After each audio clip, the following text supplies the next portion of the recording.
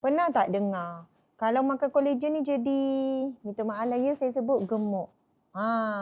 Ya, orang perempuan kata, saya makan kolagen jadi gemuk, badan jadi naik, jadi bam-bam lah, macam tu. Jadi, ramai juga orang yang trauma nak makan kolagen. Walaupun tahu kolagen ada satu bahan semula jadi yang sangat bagus, bukan hanya untuk kulit, tapi untuk tulang, untuk otot, untuk kesihatan, untuk tenaga, macam-macam lah bagusnya kolagen. Sebenarnya itu adalah satu salah faham. Kolagen tidak menggemukkan. Tetapi ada produk-produk yang kolagen ni dia memasukkan gula yang banyak ataupun pemekat yang banyak. Dan itulah yang menyebabkan berlakunya kesan kepada naiknya berat badan. Campuran-campuran lain tu yang tak bagus. Tapi produk kita ni, Choco Collagen kita ni, alhamdulillah memang tak ada gula putih langsung. Memang kita gunakan pemanis daripada stevia yang mana memang takkan spike gula dalam darah. Kemudian Choco sendiri itu pun sangat bagus. Ia pun tidak akan menaikkan berat badan. Lepas tu kita gabung pula dengan astaxanthin.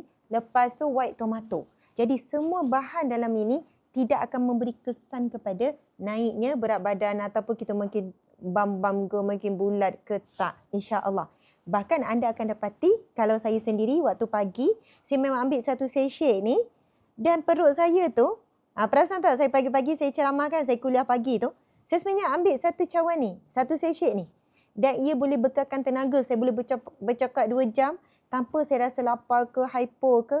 Maksudnya ia sangat membantu untuk berikan saya energi, tenaga tu. Dan saya rasa berkeyakinan sebab apa kadang-kadang masa saya bercakap, saya tak minum air kalau perasan. Kadang-kadang saya minum. Tapi kalau masa saya tengah live tu, saya minum, saya jadi perlu ke tandas. Jadi saya elakkan. Kerana saya tahu air ni sebenarnya kalau saya minum 1 gelas sebelum saya live, dia boleh beri saya ketahanan untuk tahan lapar dan dahaga. Dan beri tenaga yang cukup untuk saya kekal bertenaga. Dan juga,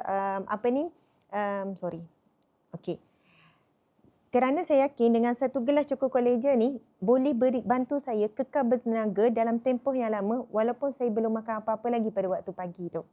Jadi insya-Allah dia bukan hanya membantu, Jadi insya-Allah dia tidak akan naikkan berat badan. Tapi dia akan membantu kita mengawal berat badan. Cuba sekarang tekan link di bawah.